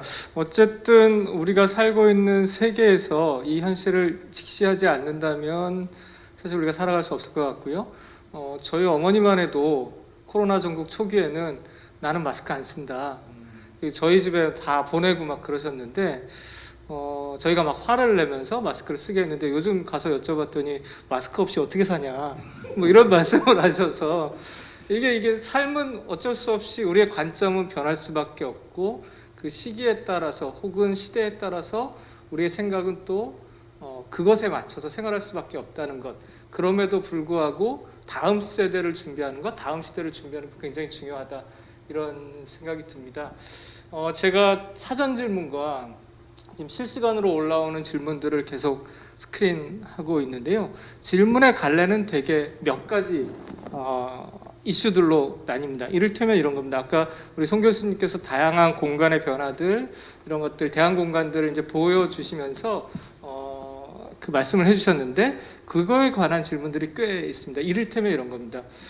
도시에, 특히 도시에는 공공기관, 아까 우리 노명훈 교수님께서 그런 공공기관이 없기 때문에 카페 같은 곳이 준 공공기관 역할들을 한다. 사람의 모임과 사람들의 모임과 그 이야기를 나누는 장소로서 이런 공간들을 한다는데, 그렇다면 이게 송 교수님께 질문 드릴 수밖에 없을 것 같은데요. 그렇다면 한국 사회에서 공공기관, 도시에서 특히 공공기관, 공공 장소죠. 예, 그런 것들이 더 많이 생겨야 될 텐데 공원 말고는 네, 네. 딱히 찾아볼 수가 없습니다. 이런 것들은 어떻게 좀 생각해 볼 수 있을까요? 이게 어떻게 보면 뭐 서울에 있기 때문에 저희가 서울 중심으로 보게 되는데, 예를 들어 지금 그 북촌 하면 저희가 한옥이라는 걸로 많이 알려져 있죠. 세계적으로 알려져 있어서 뭐 청계천도 중국 사람들도 좋아하고, 그런데 뭐 저도 사실 이게 좋은지 나쁜지는 모르겠는데 결과적으로는 장기적으로는 좋아질 거라고 보고 있는 게 서울로 7017이거든요. 그게 도로에서 보행로로 되면서 어제 눈이 왔잖아요. 그래서 제 친구들이 뭐 이제 막 50 됐는데 나가서 펄쩍펄쩍 뛰고 막 난리가 난 거예요. 서울로 7017에서 딸들 아들들 데려와가지고. 그래서 이게 서울로 7017의 모습인가 하고 생각이 됐는데, 지금은 처음에는 그게 그 투어리스트적으로 많이 다녔는데, 지금은 그 남대문하고 그 만리동 쪽을 실제 거주자들이 많이 다니고, 사실 여기 제가 재수할 때도 여기 중림동에 있었는데, 중림동 성요셉 아파트 거기 맨날 왔다 갔다 했었는데, 그 앞에 창고라는 게 있었어요. 그 상인들이 창고를 썼는데, 거기를 보통 그 서울시에서 사면 공원으로 만드는데 거기를 중림 창고라는 문화 거점 시설로 만들었습니다. 그리고 그 운영은 CRC라고 해서 사회적 협동조합이 하고 있어요. 그래서 아까 제가 북촌 말씀드렸지만 남촌 재생 사업도 서울로 7017로 진행이 되고, 지금 8개의 거점 시설이 있는데 저희가 잘 모르고 있는 거예요. 그러니까 뭔가 그런, 아까 노은주 선생님도 아까 그런 거점 시설, 거점 공간 얘기하셨잖아요. 그런 공공이 될 수 있는. 사실 많이 만들어놨는데 우리 잘 모르고 잘 안 쓰는 거는 그게 약간 딱딱하게 접근이 그렇죠. 되는 부분들이 좀 있고요. 그런 것 같아요. 가령 이제 지금 이 사회적 그 단계가 올라가면 거리두기 단계가 올라가면서 못 쓰게 된 시설들이 있잖아요. 뭐 도서관, 미술관, PC방 왜 중요하냐면 집에 컴퓨터 없는 애들이 또 의외로 많거든요. 컴퓨터를 못 쓰는 애들이 과제도 하고 숙제도 하고 뭐 그랬던, 이를테면 아까 말씀하신 카페 같은 공간인데, 그러니까 우리가 익숙하게 썼던 그런 공간들을 이제 못 쓰게 된 게 굉장히 크고, 그래서 저는 그거에 대해서도 좀 다시 생각을 봐야 한다고 보는 게, 정말 집에만 있어서 물론 뭐 이제 어느 정도 조금 이제 잦아들긴 했지만, 우리가 그래가지고 그런 데를 못 쓰게 하니까 어디 무슨 베이커리 카페 이제 너른 들에 나가서 사람들이 또 유원재 가서 또 놀고 있단 말이죠. 그래서 그래서 오히려 이걸 어떤 특정 시설이 안 되고 뭐가 안 되고 이런 것들이 아니고, 그러니까 어떤 세분화된 접근이 좀 필요하고, 이미 그러니까 새로운, 물론 이제 시에서나 나라에서는 당연히 계속 이제 어떤 공간들을 만들어 가지고 그것들을 시민들에게 돌려주고 이런 작업들을 물론 해야 되지만, 제가 아까 좀 이어가려다가 흥분해서 이제 뭐 마무리를 못한 이야기 중에 하나는 그겁니다. 그래서 그러니까 우리가 사람들이 그래서 이제 집에서 뭐 재택근무를 하건 어찌 됐거나 집에서만 그 집의 환경이 좀 열악하거나 그래서 충족될 수 없는 어떤 욕구들을 거리에서 풀어왔는데, 그거를 이제 거리에서 카페나 뭐 공원이 필요하고 어찌 됐거나 이제 그 집의 거실 역할을 해주는 카페도 있고 어떤 그 공부방 역할을 해주는 PC방이 있다면, 어찌 됐거나 이 걸어가면서 그러니까 지금의 서울이나 여러 가지 대도시들은 보행 위주가 아니고 차량 이동 위주거든요. 무조건 뭘 타고 어디론가 가야 되고 그런 위주였는데 앞으로의 도시는 제가 볼 때는 그런 어떤 장거리 이동에 대한 것보다는 내 거주지 주변에서 많은 것들이 좀 이루어져야 될 필요성이 있을 것 같아요. 그래서 걸어 다니면서 산책도 하고 아까 이제 마무리 못한 말이 그거거든요. 누구하고 할 것인가, 이웃과의 관계 이런 것들이거든요. 지금 사실 대도시에서 이웃이 없어. 옆집에서 누가 사는지 모른 채로 계속 서로 이사 다니고 그렇게 해도 사실 생활에 불편이 없었던 거는 내가 직장에 따로 있고 가족이 또 있고 내가 이곳이에 아무튼 와줄 누군가가 이제 있었기 때문인데 앞으로 그런 모든 것들이 불확실해졌다고 하면은 어찌됐거나 내 이 바운더리 안에 내가 걸어 다닐 수 있는 바운더리 안에서 그런 것들을 서로 도움을 줄 수 있는 아주 사적인 관계가 아닌 준사적인 관계 정도를 맺을 수 있는 그런 사람과 그런 시설이 필요하지 않나 이제 그런 얘기를 아까 좀 흥분해서 못하고 왔습니다. 그 선생님이 서울로 말씀하셔서 제가 바로 서울로 근처에 살고 있거든요. 서울로. 네. 그래서 이제 서울로 근처에서 제 추억을 말씀드리자고 하면, 그러니까 사회적 거리 두기를 저도 해야 될 것 같아서 될 수 있으면 이제 사람들을 안 만나고 주로 집에 있고 한데 집에만 있을 수는 없더라고요. 그래서 이제 어떻게 하면 그래도 사회적 거리 두기를 하면서 집에서만 있을 수 없는 제 한계를 이렇게 조정을 좀 해보자라고 해서 제가 생각했던 거 뭐였었냐면 서울로 산책을 가자. 근데 낮에 가지 말고 밤 12시 넘어서 가면 사람이 없을 테니까 저도 산책을 하면서 사회적 거리 두기도 하면서 다 할 수 있을 것이다 라고 갔더니 12시 이후에 다 저랑 비슷한 생각을 하는 사람들이 굉장히 사람들이 많았어요. 그리고 이제 말씀하신 대로 처음에 약간 관광지였다가 지금은 도심 생활 공원화되는 경향이 있어서 옷차림을 보면 알잖아요. 이렇게 놀러 온 사람인지 아니면 집에 있다가 산보를 나온 사람인지 이제 밤 12시 넘어서 그 집에 있다가 저와 같은 이유로 산보를 나온 것 같은 사람들이 굉장히 많이 만나서 진짜 이게 중요하구나라는 생각을 했고 그러다 보니까 제가 이제 서점이 있는 곳에는 거기는 공원이 없어요. 그러니까 정말 나오면 갈 곳이 정말 없는 그래서 그러니까 사람들이 다 이제 꿈꾸는 게 그래서 전원주택이 필요해. 그래서 집과 관련된 텔레비전 프로그램이 인기 있는 것도 다 100일만 끌려고 코로나가 또 언제 생길지 모르고 이런 일이 우리 인생에 있어서 또 되풀이될지 모르니까 그때는 우리가 어떻게 피난 갈 수 있는 그 어떤 것이 필요해 라고 해서 굉장히 계층적인 선택을 하는 사람들에 대한 욕구에 맞춰준 텔레비전 프로그램들이 등장을 하면서 오히려 이런 현실적인 문제들이 전혀 논의가 되고 있지 않은 현상이 굉장히 좀 안타까운 거죠. 교수님도 그 50대 중에 하나였거든요.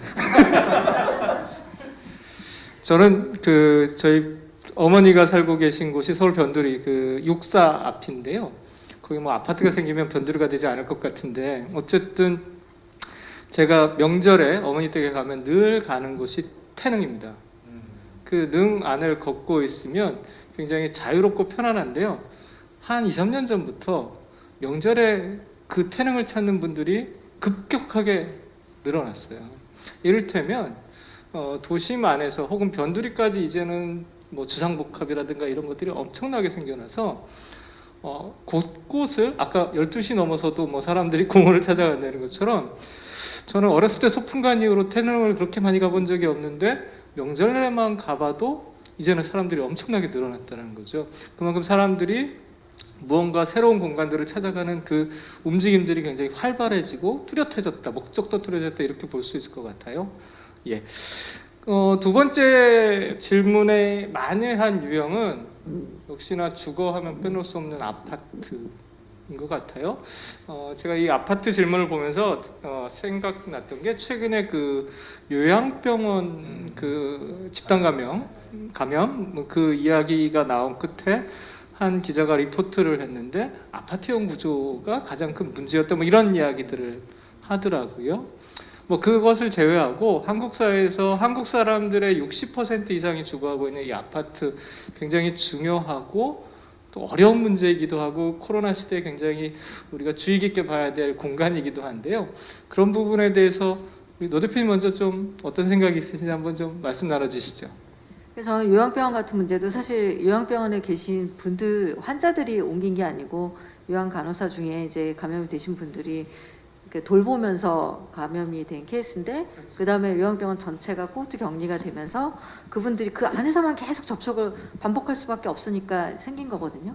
그러니까 아마 서울에서도 어떤 아파트에서 그 초창기에 그 감염 발생됐을 때도 관리소장님이 어딘가에서 이제 해서 그 같은 공간 안에 있는 분들을 감염을 했는데 사실은 아파트가 그렇다고 해서 뭐 아파트의 공간이 그 코로나에 취약하다 이건 저는 그건 그 기자분의 관점에 조금 약간 반대하는 입장인데 네. 그 병원이 요양병원 구조가 마찬가지 아닙니까? 이제 결국은 이제 각 방방마다 한 분씩 뭐 원룸 같은 걸 개조해서 요양병원을 만든 경우도 많거든요. 뭐 심지어는 무슨 모텔을 개조해서 만든 경우도 많고 그래서 그러다 보니까 이제 그러니까 반복적으로 사실은 그 감염자랑 접촉을 하다 보니까 이제 환자가 늘어난 거지. 그러니까 그렇게 따지면은 엘리베이터가 있는 모든 건물이 다 위험하죠. 왜냐하면 아파트에 있는 개별 사람들이 접촉하는 공간은 사실은 엘리베이터밖에 없거든요. 그렇죠. 그러니까 아파트의 구조를 가지고 너무 걱정하실 필요는 없고 아까 말씀하신 어머님처럼 마스크 열심히 하시고 그다음에 이제 문제는 저는 아파트보다는 오히려 그런 다른 이제 밀집된 그런 이제 주거 시설들 뭐 고시원이라든지 이런데 관리 사무실이나 이런데 없는 데가 더 위험할 거라고 봐요. 맞습니다. 왜냐면은 입구에 로비가 있고 로비에서 지금 다 체온 체크하고 우리 뭐 그렇게 들어오잖아요. 본인 누가 출입하는지 쓰고 손 다 씻고 위생 점검을 철저히 하는 그런 공간이 출입구랑 군데군데 있으면은 사실은 그렇게까지 위험하지 않을 거라고 봅니다. 근데 그런 게 없는 주거 시설이 사실은 더 많죠. 그러니까 오히려 그런 공간들에 대한 어떤 점검이나 이런 걸 통해서 그런 것들을 보완해 주는 게 좀 필요할 것 같고 아파트에 사시는 분들이 굳이 두려워하실 필요는 없지 않나. 이렇게 가령 그리고 뭐 그래서 아파트 구조를 상품화하는 그런 계획들이 있더라고요. 뭐 들어가자마자 손 씻는 데를 두고 근데 옛날부터 그런 데가 있었고 지금도 본인의 아파트를 잘 생각해 보시면 어차피 입구에 화장실이 있어요. 그렇죠. 화장실에서 손 열심히 씻으시면 지금 이제 원룸도 마찬가지인데 들어가면 어차피 현관 옆에 화장실이 있습니다. 그러니까 출입하시면서 개인 위생을 철저히 하면 저는 그렇게 새로운 상품으로서의 아파트 구조의 변화 이런 것까지는 물론 장기적으로는 그런 고려가 돼야 되겠지만 공통적인 공간들, 공용 공간에서의 위생 이런 것들을 조금 더 보완하면 좋지 않을까 그렇게 생각합니다. 예. 혹시 노무현 선생님 뭐 다른 근데 조금 더 덧붙이자라고 하면, 그러니까 아파트 그 자체는 죄가 없는 그렇죠. 거죠. 어떤 아파트인가, 아파트가 어떻게 설계되어 있고 그 안에서 예를 들면 요즘에 이제 최근 뭐 거의 모든 사람이 다 알게 된 단어, 그러니까 방역을 위해서 지켜야 하는 사회적 거리 3m라고 하는 그 거리는 또 다른 각도에서 이야기하면 저희 이제 사회학에서 인간과 인간 사이의 거리를 여러 가지 구별을 해서 이렇게 구별을 하는데요. 뭐 공적 거리라는 게 있고 공적인 관계에서 지켜졌을 때 별 불편하지 않는 거, 뭐 예를 들면 5m, 6m 이상 떨어지는 거. 그건 아무도 모르는 사이끼리 한 5m, 6m 떨어져서 서로 쳐다보면서 얘기하는 건 불편하지 않고.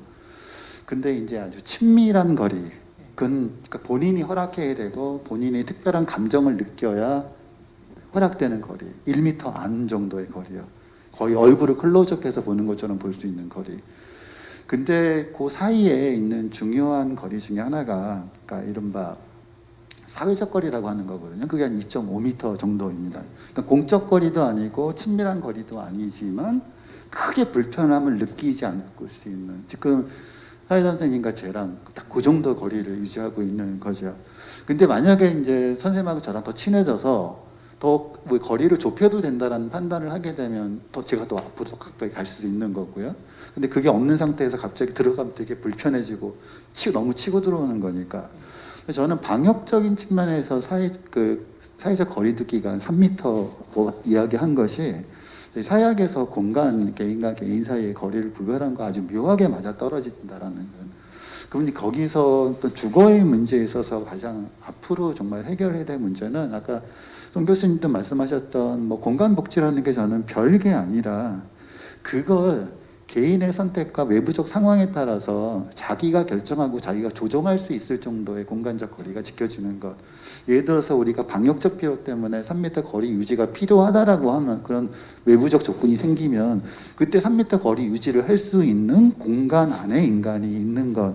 그리고 이제 주거 환경과 도시 환경, 일터의 환경이 그런 것들이 가능하도록 설계가 되어 있는 것이 전 다름이 아니라 그게 주거 공간 복지라는 게 아닌가 싶고, 또 상황이 된다고 하면 더 공간을 좁힐 것인가, 코로나와 같은 외부적 조건이 사라진다고 하면, 그리고 개인이 그걸 결정해서 3m 이내로 들어갈 수 있는 것도 외부적 경제적 조건이나 어쩔 수 없이 강요되거나 이런 것들이 아니라 한 개인이 외부적 조건과 자신의 선택에 따라서 결정할 수 있도록 되어주는 조건의 환경 속에 있는 것, 전 그게 다른 게 아니라 그게 주거 복지, 공간 복지라고 생각이 들거든요.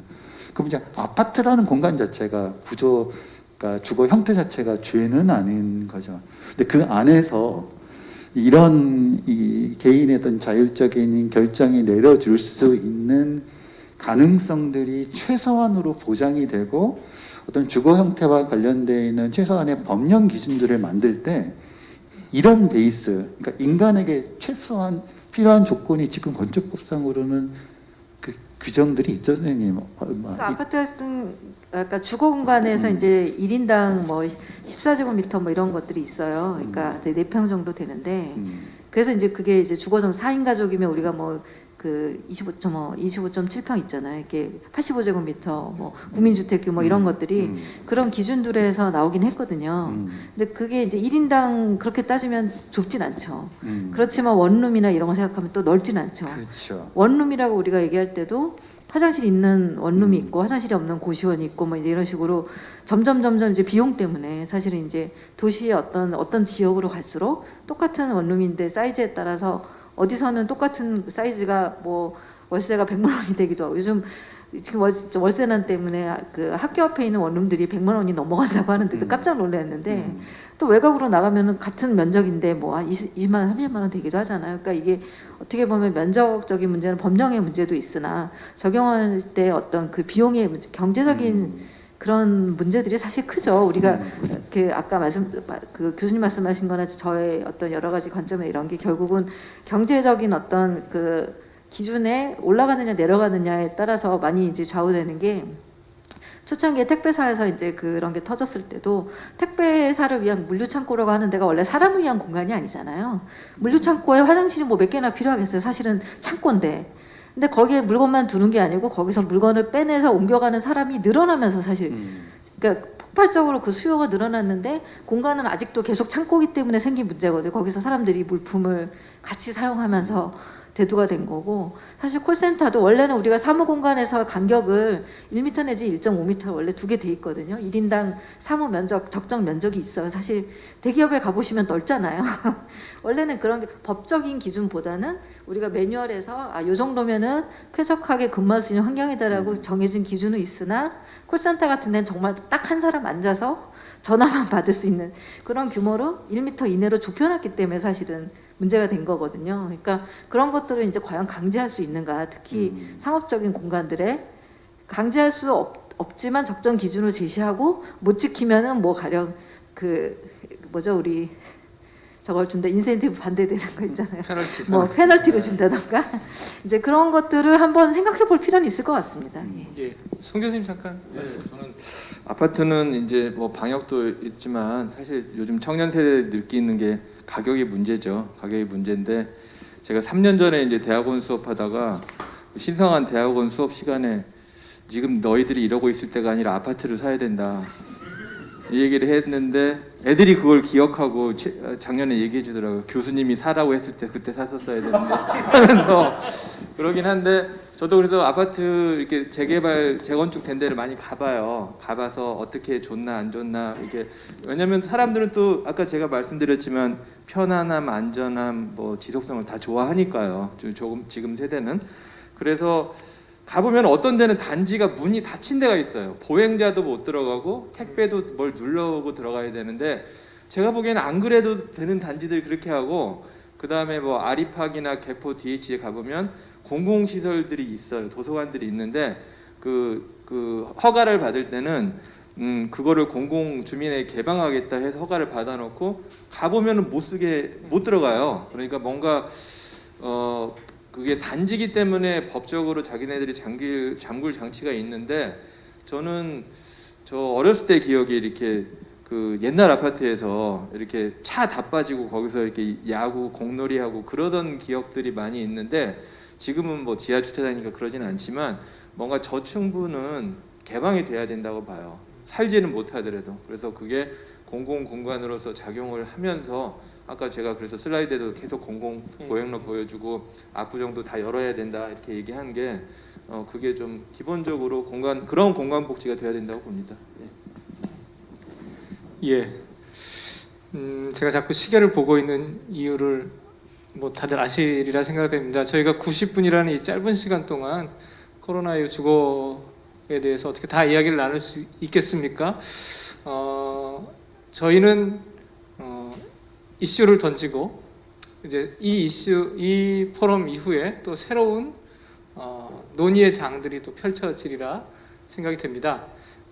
그런 점에서 여기 너무나 많은 질문들을 해주셨는데 다 소개해드리지 못하고 다 응답해드리지 못하지만 어쨌든 질문의 양상은 굉장히 비슷하고 그러셔서 오늘 우리 세 분 선생님께서 나눠주신 말씀이 충분히 대답이 되리라 생각이 듭니다. 저희가 오늘 참여하시는 우리 선생님들께 이 토론과 관련해서 혹은 개인이 읽은 책 중에 좀 소개해 주실 만한 책이 있는지 여쭙습니다. 지금 아까 노명호 교수님께서 잠깐 언급하셨는데 쑥 지나가니까 어떤 분이 노명호 교수님 책 소개 다 안 하신 거 맞죠? 이렇게 또 댓글도 있었는데요. 우리 선생님들 가지고 오신 책들 잠깐 소개해 주시고 왜 이 책을 가져오셨는지 함께 좀 이야기 나누면 좋을 것 같습니다. 송 교수님 먼저 해주실까요? 예. 저는 아까 그 PT 마지막에 넣었는데 이제 2014년에 제가 한강에 어떤 전시를 하면 큐레이팅을 하면서 한강을 가 보니까 이게 쭉 왔다 갔다 하면서 다 여러 감정들이 다 있는 거예요. 뭐 활기차고 뭐 현충원 근처는 숭고하고 막 이러고 그때 이제 그런 거에 관심이 많이 빠졌는데 뭐 시인은 다 읽지는 못했지만 이문재 시인께서 지금 여기가 맨 앞이라고 했는데 사실 여기 커버만 봐도 다 의미가 나오는 게 그런 감각의 점을 얘기하셨거든요. 관점의 변화. 저희가 관점의 변화면 하면 이제 뭔가 큰 물인데 요즘 어떤 사람들이 세상을 살아가는 방식이나 저도 그렇고 학생들도 그렇고 저희가 많이 고도화된 사회이기 때문에 그런 감각들이 공유되고 그게 서로 크로스오버하고 그래야 된대서 한번 이런 큰 어떤 관점 그 생각의 변화를 일으키신 시인의 시를 또 굉장히 또 현실을 직시하고 많이 쓰셨어요. 그래서 저도 90년대 마지막에 90년대 초반에 대학을 보냈었는데 그러니까 학생 운동의 마지막인 때였는데 뭐 그렇게 하드코어는 아니면서도 어떤 자본에 대해서 얘기도 하고 도시에 대해서 얘기하고 그다음에 아파트에서 죽었을 때 뭐 어떻게 또 운구를 하나 뭐 이런 얘기들도 이렇게 있어서 뭐 관이 막 수직으로 내려오고 막 이런 그 아주 슬픈 상황도 막 묘사를 하셔서 한번 옛날 책이지만 한번 보시기 바랍니다. 네, 감사합니다. 예, 우리 송하엽 교수님께서 이문재 시인의 지금 여기가 맨 앞 시집 소개해 주셨습니다. 저도 이 시집 예전에 읽은 기억 나는데요. 잘 내용 어떤 시가 있었는지는 잘 기억이 나지 않아서 약간 고개를 갸웃거렸습니다. 우리 노은지 대표님. 저는 엄청나게 시끄럽고 믿을 수 없게 가까운이란 소설책인데요. 이게 주인공이 9.11로 아버지를 잃은 어린 소년이에요. 그래서 이 소년이 이제 굉장히 명랑하고 소란스럽고 그런 친구인데 그 아버지의 죽음이라는 상황을 이제 극복해 가기 위해서 막 이제 소란을 떨면서 다니고 그거를 이제 그 주변의 이웃과 가족과 이제 이런 사람들이 어떻게 받아들이고 어떻게 도와준다고 표현하기는 애매한데 정말 이게 책 제목대로 굉장히 시끄럽고 어수선한 책인데 그래서 아까 제가 이제 서두에도 말씀드렸지만 재난은 사람을 가려 찾아오지 않고 그래서 재난이 닥쳐왔을 때 어떻게 극복하느냐가 중요한데 그거는 어떤 뭐 도시의 시스템이나 공공 시스템이 물론 도와주겠지만 또 개인과 그 개인 주변에 있는 사람들의 역할이 또 그만큼 중요한데 그래서 우리가 공공이 어떤 우리한테 뭔가를 해줬을 때 또 그거를 사람들이 못 받아들이는 경우가 있잖아요. 가령 뭐 님비 현상 같은 거 있죠. 우리 어떤 그 공공복지시설이 들어왔을 때 복지시설이 필요하다고 여태까지 우리가 얘기했는데 정작 사람들 우리 동네에 복지시설이 들어온다 그러면 막 거부하잖아요. 집값 떨어진다고. 근데 그런 생각들로부터 이제 좀 벗어나야 되지 않나. 왜냐하면 그거의 수혜자가 나 자신이 될 수도 있거든요. 그러니까 그런 것들을 좀 같이 생각해 볼 수도 있고 해서 좀 그렇기도 하고 소설적인 재미가 있는 책이니까 한번 좀 시간 되실 때 한번 읽어보시면서 이런 재난 이후의 상황에 대해서 사람들은 어떻게 반응해야 되는가에 대해서 고민해보는 시간을 가지시면 좋을 것 같습니다. 예, 조너선 샤프란포의 엄청나게 시끄럽고 믿을 수 없게 가까운이라는 작품 소개해 주셨습니다. 지금 미국 그 소설들 중에 9.11 이후에 나타나는 병리적 현상들을 다룬 소설들이 굉장히 많이 나오고 있는데 국내에는 소개가 많이 안 되고 있어서 좀 안타까운데요. 어쨌든 재난 이후의 우리 삶에 대해서 다시 한번 생각해 볼 수 있는 그런 작품 소개해 주셨습니다. 노무현 교수님 잠깐 소개해 주시죠. 네, 제가 소개했던 책은 재난 불평등이라는 책이고요. 재난 불평등이라는 책의 부제는 재난은 왜 약자에게 더 가혹한가라고 하는 부제가 달려 있습니다. 바로 이 부제가 이 책에서 말하고자 하는 바를 가장 잘 말해 준다고 봅니다. 또 전쟁 사회적 재난이죠. 그런데 우리가 보통 전쟁을 겪고 나면 모든 사람들이 다 파괴되고 가난해지는 것 같지만 전쟁을 통해서 어떤 사람은 오히려 더 엄청난 부를 얻습니다. 그리고 IMF 구제금융 사태 역시도 마찬가지였습니다. IMF 구제금융 사태를 통해서 중산층이 몰락해서 가족이 해체되는 쓰라림을 겪은 사람도 있었습니다만 IMF 구제금융 사태 그것을 통해서 훨씬 더 많은 부를 축적한 사람들이 있었습니다. 이번 코로나 역시 마찬가지인데요. 코로나의 시작은 우리 공통의 위기이죠. 그런데 그 공통의 위기를 견뎌나가는 과정은 매우 계층적으로 나타납니다. 지금도 코로나의 위기 때문에 몰락하고 있고 어떻게 될지 미래를 알 수 없는 영세 자영업자들이 있는가 하면 이 코로나 상황 때문에 엄청나게 더 돈을 벌고 있는 기업이 분명히 존재합니다.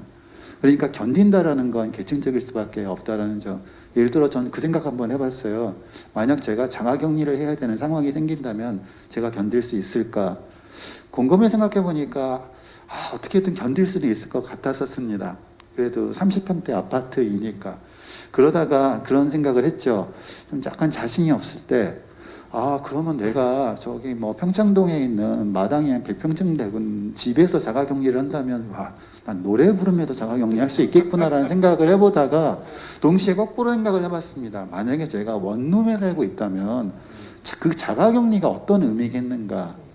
그러면 원룸에 살고 있는 사람이 자가격리를 해야 되는 상황 속에서 실제로 테스트되는 건 그 사람이 가지고 있는 사회적 책임의식도 아니고 인내력도 아니고 그건 뭐냐고 하면 정말 계층성이 시험당하고 있다라는 느낌들을 받아서 제가 더욱더 이 재난 불평등, 재난은 왜 약자에게 더 가혹한가라는 책을 추천합니다. 예, 저도 이 책 굉장히 감명 깊게가 아니라 굉장히 인사이트를 많이 얻었고요.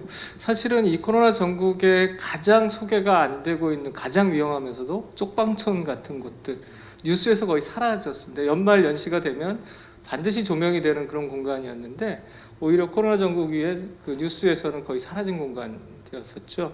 이런 부분들을 보더라도 노 교수님께서 소개해 주신 이 재난불평등은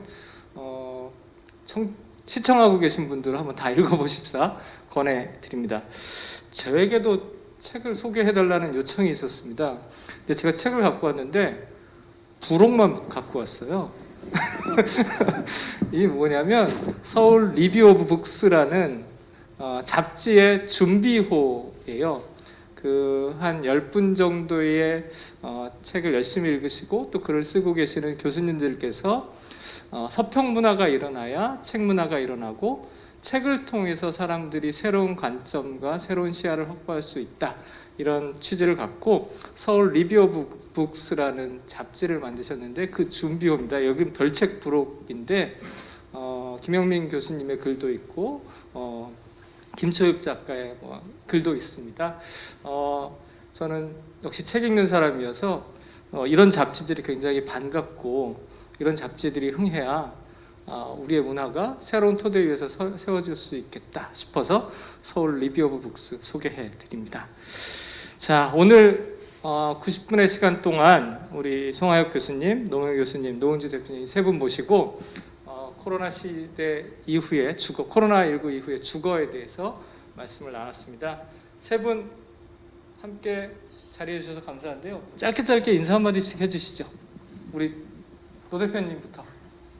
오늘 시종일관 너무 흥분한 태도로 이 코로나 시대에 앞으로 어떻게 살아갈 건 진짜 흥분되고 걱정되는 일이 아닐 수 없을 것 같아요. 이렇게 지금은 어찌어찌 다들 이제 겨우겨우 버티고 있는데 이제 빨리 끝났으면 하고요. 빨리 끝나지 않더라도 끝난 이후로 지금부터 좀 준비를 해야 될 것 같습니다. 그게 내 개인으로서의 준비건, 근데 제일 시급한 거는 이제 국가적이고 공공에서 어떻게 이거에 대해서 대응할 건가 빨리빨리 좀 많이 고민하시고 법 만드는 분들도 좀 빨리빨리 해주셨으면 하는 그런 마음이 있습니다. 네.